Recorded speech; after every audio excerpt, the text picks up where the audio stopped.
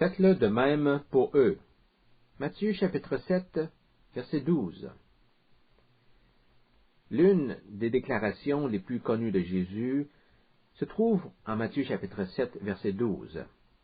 Elle est tellement célèbre que plusieurs lui ont donné un nom. On l'appelle la règle d'or. Voyons en quoi elle consiste. Ainsi, tout ce que vous voulez que les hommes fassent pour vous, faites-le vous-même pour eux. C'est la loi et les prophètes. Ce verset débute par le mot « ainsi ». Ainsi, tout ce que vous voulez. Ce mot « ainsi » introduit une conclusion qui nous renvoie à ce que Jésus a enseigné plus tôt. Mais quelle est la nature exacte de ce lien? À quelle partie du Sermon sur la montagne le verset 12 se rapporte-t-il? Certains commentateurs le lient au contexte immédiat, c'est-à-dire au verset 7 à 11, qui traite de la prière. On obtiendrait alors le raisonnement suivant. Puisque Dieu se montre bon et généreux envers ceux qui le sollicitent avec persévérance dans la prière, ses enfants devraient aussi faire preuve de bonté à l'égard de tous les hommes. D'autres préfèrent interpréter Matthieu chapitre 7 verset 12 en l'associant au commandement « Ne jugez pas ». Dans ce cas-là, Matthieu chapitre 7 verset 12 constituerait une sorte de résumé du commandement de ne pas juger autrui. J'ai tendance à penser que nous n'avons pas besoin de définir précisément la nature du lien. L'analyse du verset 12 ne nous permet tout simplement pas de savoir à quelle partie exacte du discours de Jésus ce verset nous renvoie. Malgré cette imprécision, on peut toutefois affirmer avec confiance que l'essence du Sermon sur la montagne, c'est-à-dire la justice qu'exhibe le chrétien dans ses relations avec ses semblables, aboutit à la règle d'or énoncée en Matthieu chapitre 7 verset 12. Mais ne nous arrêtons pas là. Essayons de comprendre le verset 12 dans le contexte de son lien global avec le Sermon sur la montagne. Avez-vous remarqué comment le verset se termine? Car c'est la loi et les prophètes.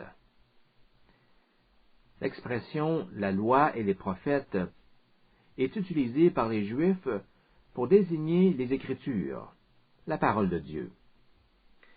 Car ce qui vient d'être dit constitue la loi et les prophètes. Ceci signifie que tout ce que les Écritures enseignent concernant notre devoir envers notre prochain pourrait se résumer par la règle suivante. Tout ce que vous voulez que les hommes fassent pour vous, faites-le vous-même pour eux. De quelle façon se rapporte-t-elle à ce qui précède? Eh bien, nous pouvons déduire que Dieu répond aux requêtes qui proviennent d'un type particulier d'individus. Quelles sont ces personnes? Ce sont les personnes qui obéissent à la volonté de Dieu, puisque c'est justement dans la loi et les prophètes que la volonté de Dieu nous est révélée. Dieu exauce les requêtes de ceux qui se conforment à sa volonté. C'est ce que Jean nous confirme en 1 Jean chapitre 5 verset 14. Nous avons en Dieu cette assurance que si nous demandons quelque chose selon sa volonté, il nous écoute. Par ailleurs, la loi concernant la prière ne peut pas se dissocier de la loi concernant la justice. Nous ne pouvons pas nous attendre à recevoir de bonnes choses de la part de Dieu si nous menons une vie qui porte atteinte à sa sainteté. Il est écrit en Psaume 66, verset 18, « Si j'avais gardé dans mon cœur des intentions coupables, Dieu ne m'aurait pas écouté. » Dieu écoute ceux qui se soumettent à sa volonté. Mais le contraire se produit pour ceux qui se nourrissent de mauvaises intentions. si nous voulons que Dieu réponde à nos prières, si nous voulons qu'il prête l'oreille à nos requêtes, alors il faut mettre en application le verset 12. Et que signifie le verset 12 en une seule phrase? Il indique que Dieu répond favorablement à ceux qui respectent sa volonté. Si vous n'êtes pas disposé à soumettre votre vie à sa volonté, il sera difficile pour Dieu d'écouter vos prières. La promesse de Dieu d'acquiescer à nos demandes est loin d'être un chèque en blanc. Elle a des limites, et ces limites sont influencées par l'attitude du chrétien. Dieu accorde ses dons à celui qui prie avec foi et dans l'intention d'accomplir la volonté divine. Et que doit-on faire pour vivre en conformité avec la volonté de Dieu? C'est très simple. Tout ce que vous voulez que les hommes fassent pour vous, faites-le vous-même pour eux. Il y a dans cette instruction une assertion implicite, selon laquelle le chrétien peut connaître la volonté de Dieu concernant ses relations avec autrui en consultant simplement ses propres intérêts. Considérons attentivement le reste des paroles de Jésus contenues dans ce verset. Tout ce que vous aimeriez que les autres fassent pour vous, faites-le vous-même pour eux. La forme négative de cette phrase était déjà bien connue. Elle pourrait se formuler de la manière suivante. Tout ce que vous ne voulez pas qu'on vous fasse, ne le faites pas non plus aux autres. La logique d'une telle règle est facile à comprendre. Si vous n'aimez pas qu'on vous frappe sur le nez, alors abstenez-vous de frapper les autres de la sorte. Si vous ne voulez pas qu'on vous vole, alors ne dérobez pas le bien des autres. À la limite, on pourrait même avancer que si vous ne voulez pas vous faire tuer, ne faites rien qui mettrait en péril la vie d'autrui. Nous savons que la forme négative de la règle d'or avait déjà été énoncée, bien avant cette déclaration de Jésus, dans la littérature juive, dans la littérature classique et même dans la littérature chinoise. Par exemple, le célèbre rabbin Hillel disait « Ce qui vous paraît haïssable, ne le faites pas à votre prochain. » Cela résume toute la Torah. Le reste n'est que commentaire. Comme on peut le constater, ces sages paroles se rapprochent beaucoup de celles de Jésus. Dans les écrits deutéro-canoniques, le livre de Tobie contient la phrase suivante. « Ce que tu n'aimes pas, ne le fais à personne. » On attribue à Confucius, ce grand philosophe chinois, le maxime disant « Ce que vous ne voulez pas qu'on vous fasse, ne le faites pas aux autres. » Nous devons reconnaître que la règle d'or, dans sa forme négative, édicte une règle de conduite qui demeure toujours valable. Dans une certaine mesure, elle accomplit encore la loi de Dieu. Vous ne commettez pas de crime, car vous suivez la règle morale, selon laquelle vous ne ferez pas à votre prochain ce que vous ne voulez pas qu'on vous fasse subir. Il y a cependant une différence de taille entre la règle d'or et sa forme négative. L'enseignement de Jésus s'exprime d'une manière positive, en nous demandant de faire quelque chose. La forme négative recommande que nous nous abstenions de faire quelque chose. Il y a donc un champ d'application beaucoup plus restreint. L'homme du monde, s'il désire adopter une certaine moralité, acceptera probablement de suivre l'idée véhiculée par la forme négative. En langage populaire, cette idée pourrait s'exprimer en ces termes. J'aimerais qu'on me fiche la paix, alors je ne dérange personne. Et on dit aux autres, tu me laisses tranquille, et je te laisse tranquille. Comme ça, on s'entendra bien. Le sens moral de l'homme naturel se satisfera d'un tel précepte. Il ne cherchera pas à aller au-delà de ce qu'il convient de ne pas faire. Mais un horizon beaucoup plus vaste attend le chrétien. Il ne suffit plus de s'abstenir du mal. Jésus nous demande de faire tout le bien possible. Voilà qui est nettement plus exigeant.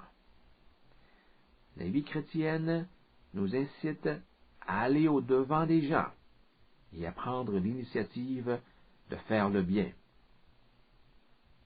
Pour la plupart d'entre nous, il s'agit là d'une attitude qui va à l'encontre de notre nature. Avouons que nous avons plutôt tendance à garder nos distances dans nos relations.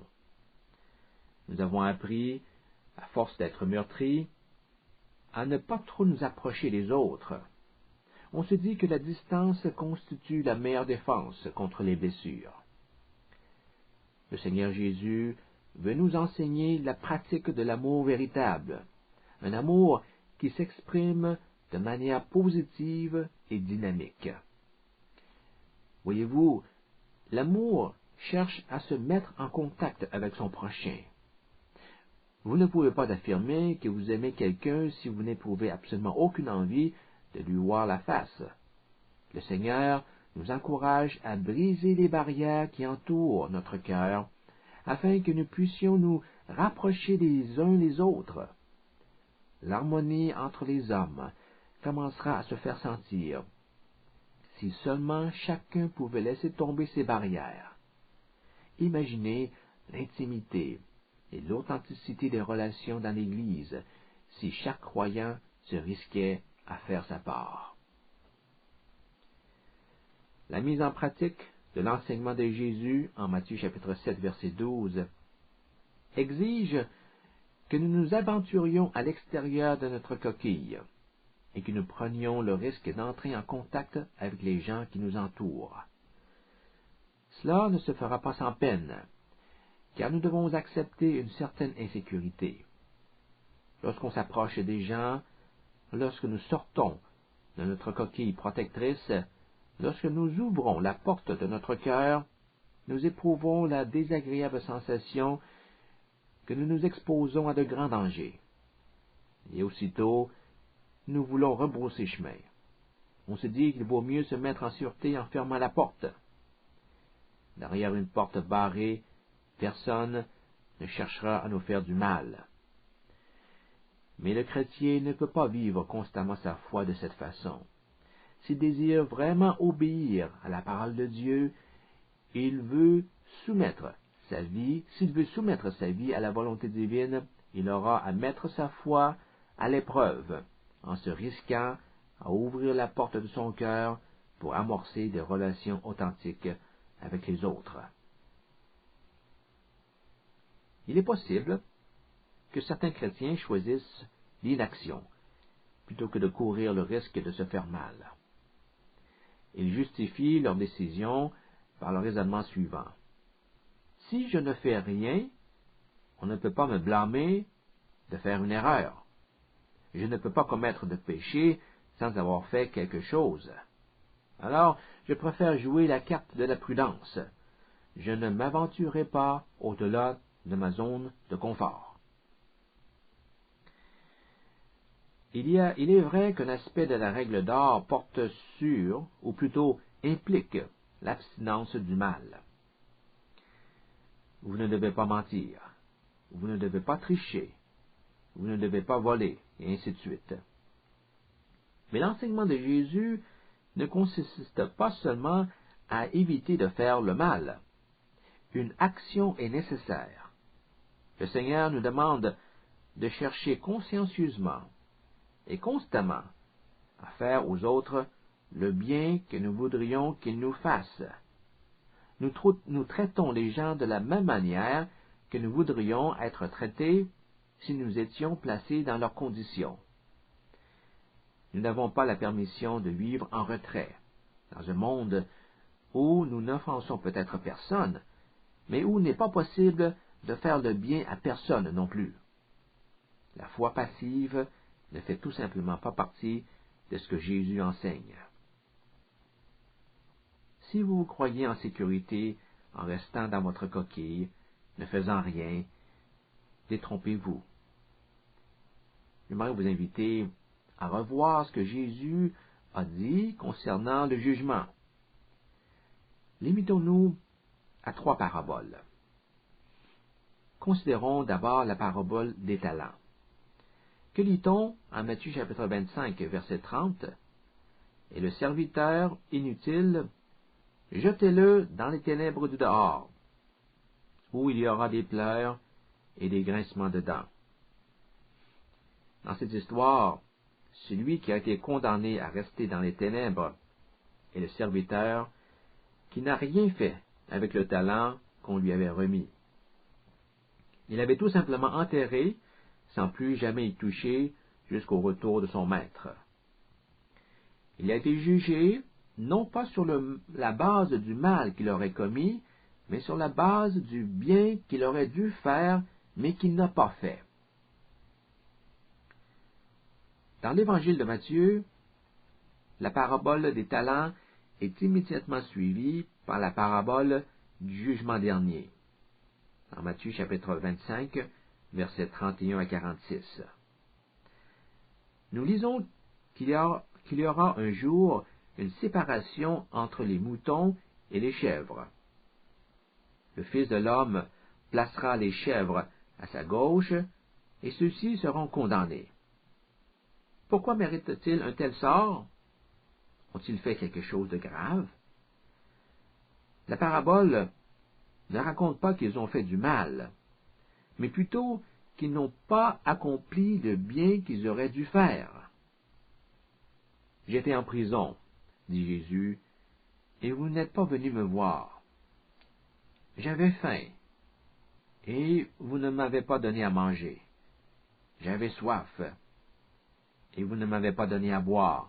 J'avais froid, et vous ne m'avez pas donné de couverture. Allez-vous-en loin de moi, maudit. »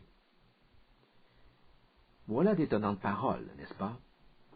Les chèvres sont condamnées à aller dans le feu éternel parce qu'ils n'ont rien fait lorsque quelqu'un était dans le besoin. Encore une fois, Jésus réprouve la passivité. Et finalement, mentionnons la parabole de l'homme riche et Lazare, en Luc chapitre 16, versets 19 à 31. Le péché de l'homme riche a été de rester insensible à la misérable condition d'un pauvre. Lorsque Lazare, affaibli par la faim et la maladie, se trouvait devant la porte de la maison du riche, ce dernier n'a absolument rien fait pour lui venir en aide. Il n'a montré aucun signe de compassion. Il a préféré ignorer la présence de Lazare et l'a abandonné à son propre sort. Comme c'était le cas dans les 2 premières paraboles, le jugement de Dieu s'est abattu sur un homme qui n'a pas fait le bien qu'il aurait dû faire. Afin d'éviter toute erreur dans l'application de la règle d'or, il serait bon d'expliquer ce qu'elle ne dit pas. Je vous suggère de garder à l'esprit les 4 points pratiques suivants. Premièrement, la règle d'or n'enseigne pas que nous devons faire aux autres le bien que nous voudrions qu'ils nous fassent en exigeant la même bonté en retour. Par exemple, je vous achète un cornet de crème glacée afin que vous me rendiez le même service plus tard. L'enseignement de Jésus porte sur un amour inconditionnel. Nous faisons preuve de bonté envers les autres sans rien attendre en retour. Deuxièmement, la règle d'or n'enseigne pas que nous devons traiter les autres de la même manière qu'ils nous traitent, c'est-à-dire œil pour œil et dent pour dent.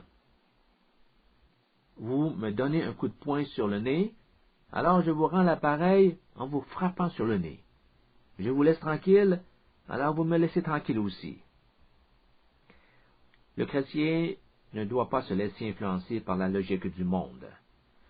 Nous ne cherchons pas à faire subir aux autres le même traitement qu'ils nous ont fait subir. Troisièmement, la règle d'or n'enseigne pas que nous devons traiter les autres selon leurs attentes. Il est évident que nous désirons tous être bien traités. Or, chacun a sa propre définition de ce qui lui donne satisfaction. La relation qu'entretient le croyant avec son prochain est fondée sur l'amour et la justice.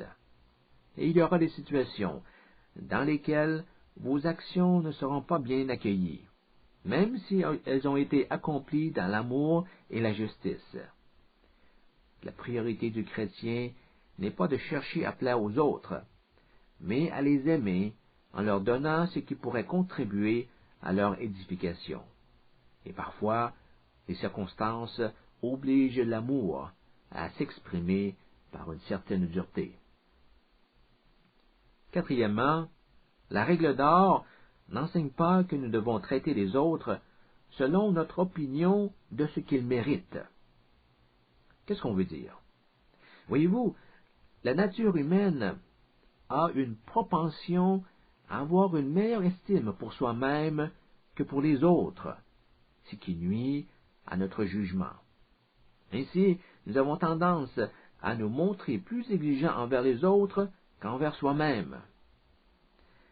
À cause de ce manque d'objectivité, il est plus sage de ne pas traiter les autres selon notre opinion de ce qu'ils méritent. Que faire alors? La voie de la perfection se trouve dans une fidèle application de la règle d'or. Nous faisons pour les autres ce que nous voudrions qu'ils nous fassent. Nous nous conduisons envers les autres de la même façon que nous aimerions qu'ils se conduisent envers nous si nous étions dans leur situation et eux dans la nôtre. Si vous mettez soigneusement cette leçon en pratique, vous ne vous tromperez jamais. Nous pouvons maintenant constater que la règle d'or met tous les hommes sur un pied d'égalité. La manière dont nous voudrions être traités dicte la conduite que nous devrions avoir envers les autres. La manière dont les autres aimeraient être traités prescrit l'attitude qu'ils devraient avoir à notre égard. La règle d'or considère que tous les hommes sont égaux.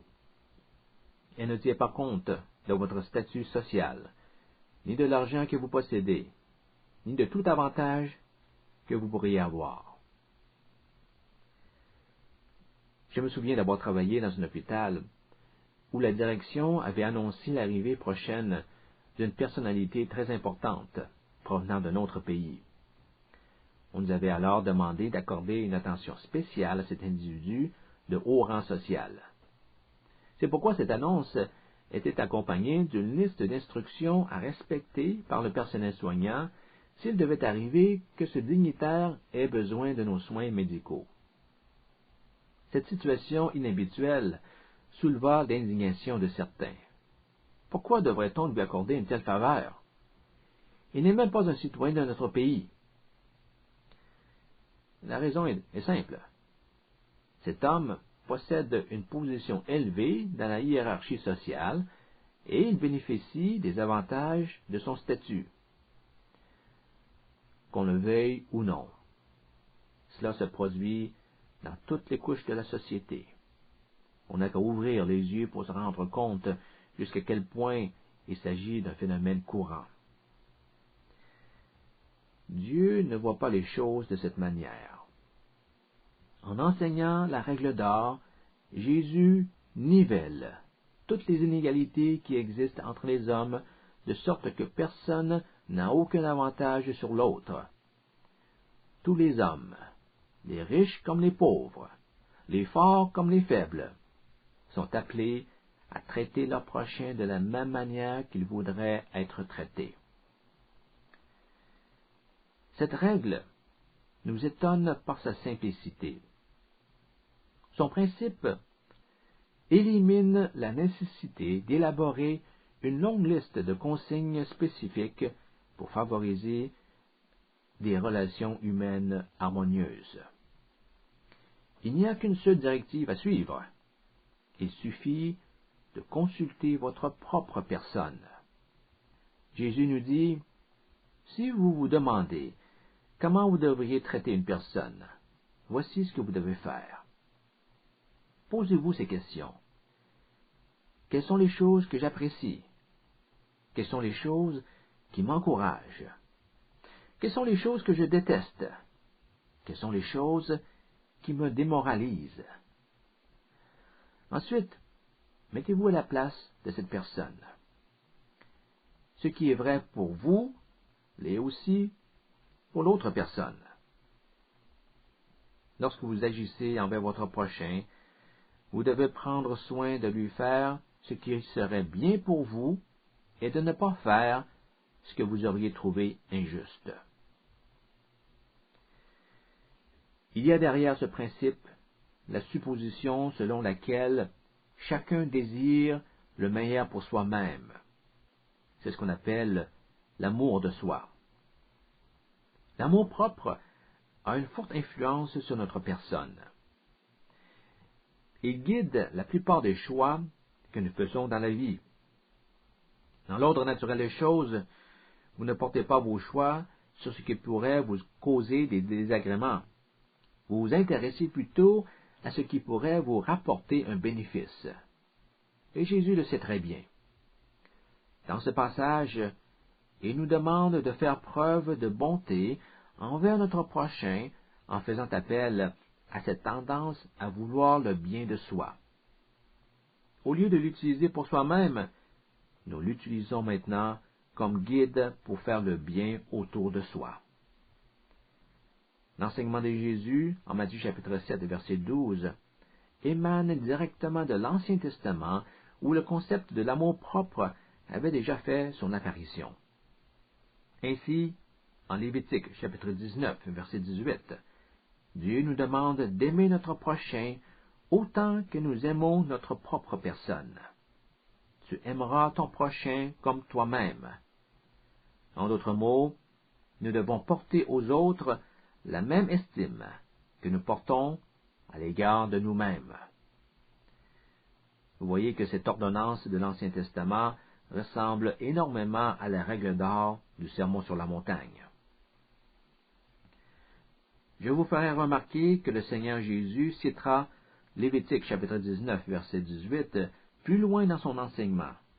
Il s'agit du passage où il énonce les deux plus grands commandements. En Matthieu chapitre 22, il est présenté comme étant le second grand commandement. Et voici le second, qui lui est semblable. Tu aimeras ton prochain comme toi-même. En quoi consiste le premier? Tu aimeras le Seigneur, ton Dieu, de tout ton cœur, de toute ton âme et de toute ta pensée. Observez aussi cet autre point. Ce passage en Matthieu chapitre 22 concernant le plus grand commandement se termine sur la même note que le verset en Matthieu chapitre 7 verset 12. De ces deux commandements dépendent toute la loi et les prophètes. La loi et les prophètes. Il s'agit exactement des mêmes mots qui forment la conclusion de la règle d'or. Qu'est-ce que tout cela signifie pour nous? En reliant ces deux passages, Jésus est en train de nous dire que la règle d'or et les deux grands commandements résument l'enseignement moral de toute la loi de Dieu. En soulignant que le second commandement est semblable au premier, Jésus laisse entendre qu'on ne peut pas dissocier ces deux commandements. Par conséquent, on ne peut pas obéir au second commandement sans se soumettre également au premier. Nous ne parviendrons pas à aimer notre prochain aussi sincèrement que nous nous aimons nous-mêmes si nous n'aimons pas notre Dieu de tout notre cœur, de toute notre âme et de toute notre pensée. Ainsi, Celui qui aspire sérieusement à mettre en pratique la règle d'or doit d'abord focaliser son attention sur Dieu. La capacité à répandre l'amour sur nos semblables avec la même intensité que nous aimons notre moi n'est pas naturelle. Elle a son origine dans une relation d'intimité avec Dieu, une relation dans laquelle nous aimons Dieu avec toute la force de notre être. En conclusion, soulignons que la règle d'or reflète en termes très pratiques l'amour de Dieu. Le Seigneur a fait pour nous ce qu'il souhaite que nous fassions pour les autres. Il nous a accordé la même bonté qu'il désire nous voir exprimer envers lui et envers notre prochain. Par exemple, il est écrit dans la Bible que lorsque nous étions encore pécheurs, Dieu a prouvé son amour envers nous en envoyant son Fils à la croix. Il nous a aimés le premier, afin que nous puissions lui exprimer à notre tour un amour sincère. Il a initié la réconciliation avec les hommes et a fait pour nous ce qu'il aimerait que l'on fasse pour lui et pour les hommes. En outre, la règle d'or révèle clairement la pensée de Dieu. Elle exprime en quelques mots la volonté de Dieu concernant les relations humaines. Elle nous donne un aperçu d'un monde parfait, métamorphosé par l'amour des croyants qui marchent selon l'Esprit. En mettant en pratique cette leçon de Jésus, nous offrons au monde un avant-goût du ciel où la volonté de Dieu est parfaitement accomplie.